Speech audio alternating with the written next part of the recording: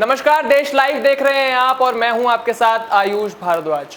Retired IPS officer Amitabh Thakur ने मुख्यमंत्री योगी आदित्यनाथ के खिलाफ चुनाव लड़ने का ऐलान किया है। उन्होंने ट्वीट कर कहा कि जब से उन्होंने योगी आदित्यनाथ के खिलाफ चुनाव लड़ने की मंशा जाहिर की है, तब से उनके तमाम साथी लगातार उन्हें योगी आदित्यनाथ के खिलाफ चुनाव लड़ने के लिए कह रहे हैं। सभी बातों पर गंभीरता से विचार करने के बाद उन्होंने अगला विधानसभा चुनाव लड़ने का फैसला किया है। उन्होंने कहा कि आगामी विधानसभा चुनाव सीएम योगी आदित्यनाथ जहां से भी लड़ेंगे वो उनके खिलाफ चुनाव लड़ेंगे। दरअसल अमिताभ ठाकुर को जबरिया रिटायरमेंट दिया गया था। कहते हैं, उनका आरोप है कि सरकार ने उनको जबरिया रिटायरमेंट इसलिए दिया क्योंकि ट्रांसफर को लेकर जो सिस्टम था, जिस पैसे लेकर ट्रांसफरिंग का जो सिस्टम था, उन्होंने उसका पोल खोल किया था, जिसके चलते उनको जबरिया रिटायर किया गया, जिसका आरोप वो लगातार केंद्र और सूबे की सरकार पर लगाते आए हैं। और इसी क्रम में आज उनका ये ऐलान बहुत बड़ा ऐलान साबित होता है। वो सीएम योगी के खिलाफ चुनाव लड़ने जा रहे हैं 2022 विधानसभा चुनाव में। अब देखना ये होगा कि बीजेपी की तरफ से इस पर क्या कुछ प्रतिक्रिया देखने को मिलती है, क्या कुछ सामने आता है, ये बड़ी बात रहेगी।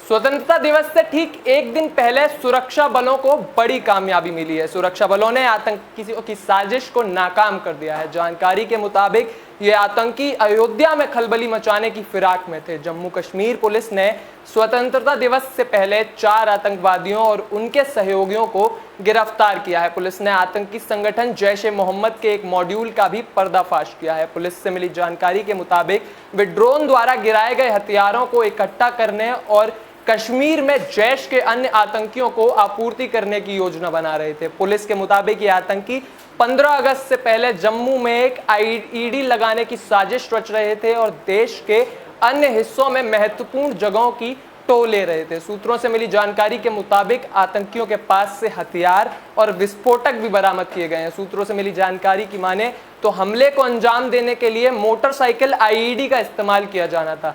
तो आपको बताते चले हैं कि सुरक्षा बलों को जम्मू कश्मीर में एक बड़ी कामयाबी मिली है, जहां जैश-ए-मोहम्मद से जुड़े हुए 4 आतंकवादियों को गिरफ्तार किया गया है। ऐसा माना जा रहा है कि अयोध्या में किसी अप्रिय घटना को अंजाम देने की जिम्मेदारी इन आतंकवादियों को दी गई थी, जिनकी इस साजिश को नाकाम कर दिया है।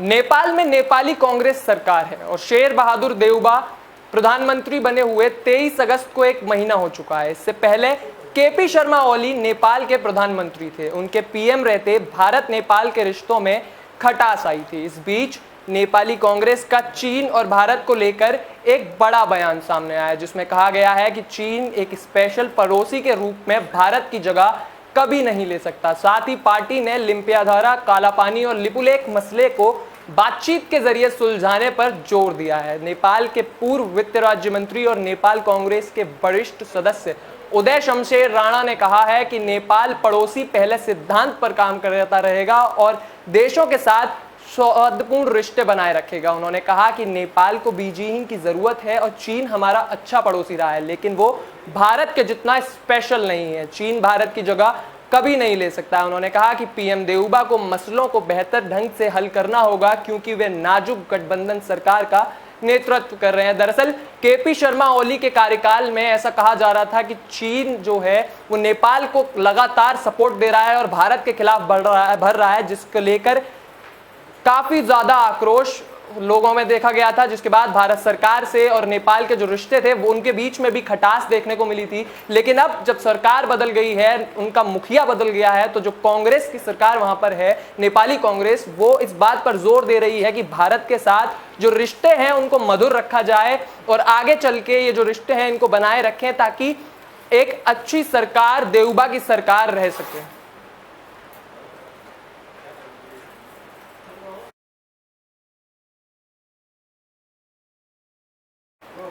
देश लाइव में फिलहाल के लिए इतना ही। मुझे दीजिए इजाजत। नमस्कार।